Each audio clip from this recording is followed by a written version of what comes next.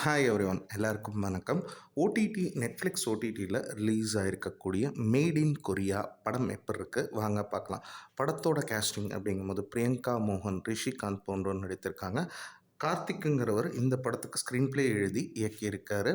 Tarun Kumar music compose பண்ணியிருக்காரு. Prasanna cinematography handle பண்ணியிருக்காரு.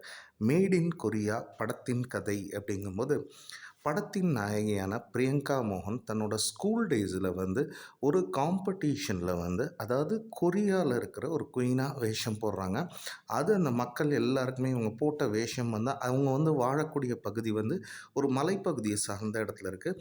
அங்கே அந்த காம்படிஷனில் இவங்க அந்த கொரியன் ராணி மாதிரியே தெரிகிறாங்கங்கும்போது எல்லாருமே அந்த சின்ன வயசுலேயே அவங்கள கொரியாவை பற்றி இன்ஸ்பயர் பண்ணிடுறாங்க. இவங்களும் அதுக்கான அதாவது கொரியா பற்றி நிறைய தெரிஞ்சுக்கிறாங்க சின்ன வயசுலேயே. அப்படி இருக்க அவங்களோட வாழ்நாள் லட்சியமாக எது இருக்குன்னா கொரியாவுக்கு போகணுங்கிறது தான் பிரியங்கா மோகனோட லட்சியமாக இருக்குது. அவங்க வளர்ந்து வராங்க. அப்படி வளர்ந்து வரும்போது அவங்களுக்கு ஒரு காதல் இருக்குது. யாரோடனா ரிஷிகாந்த் யார் அப்படின்னு பார்த்தீங்கன்னா அவங்களோட ஸ்கூல் டேஸ் ஃப்ரெண்ட்ஸு. அவங்கள ரொம்ப நம்புகிறாங்க.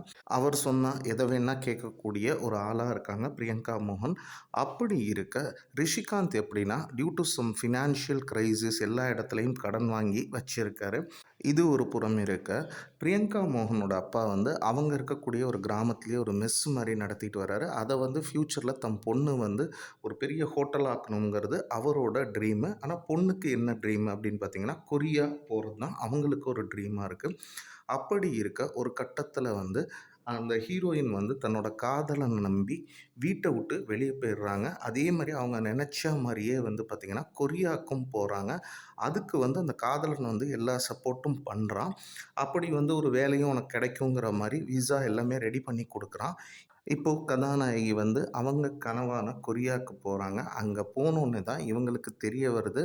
அதாவது அவங்க காதலன் ஏற்படுத்தி கொடுத்த அந்த விசா, எம்ப்ளாய்மெண்ட் விசா சொன்ன இடம்லாம் எதுவுமே இல்லை. அப்படிங்கும்போது கதாநாயகி என்னென்னா அவங்க நினச்ச அந்த கொரியாவுக்கு போயிட்டாங்க. அதே சமயம் வீட்டை விட்டும் ஓடி வந்திருக்காங்க. திருப்பியும் போக முடியாத ஒரு சூழ்நிலை.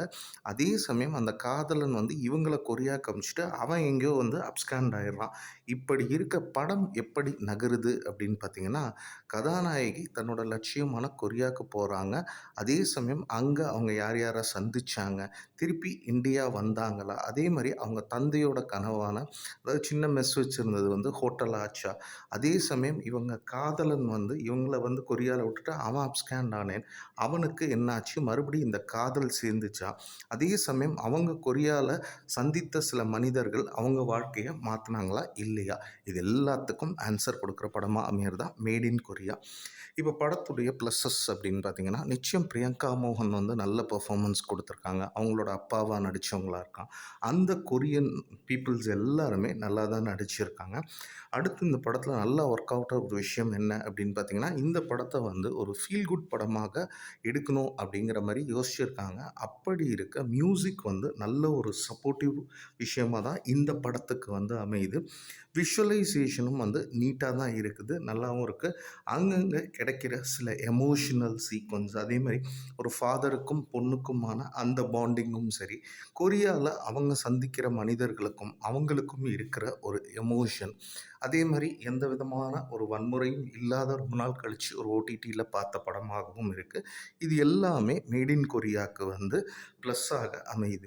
சரி, வேறு என்னெல்லாம் செஞ்சுருந்தா இந்த படம்ங்கிறது இன்னும் பெரிதாக அமைந்திருக்கும் அப்படின்னு பார்த்தீங்கன்னா அதாவது ஒரு கதாநாயகியோட ட்ரீமு, அவங்க கொரியா போகிறாங்க.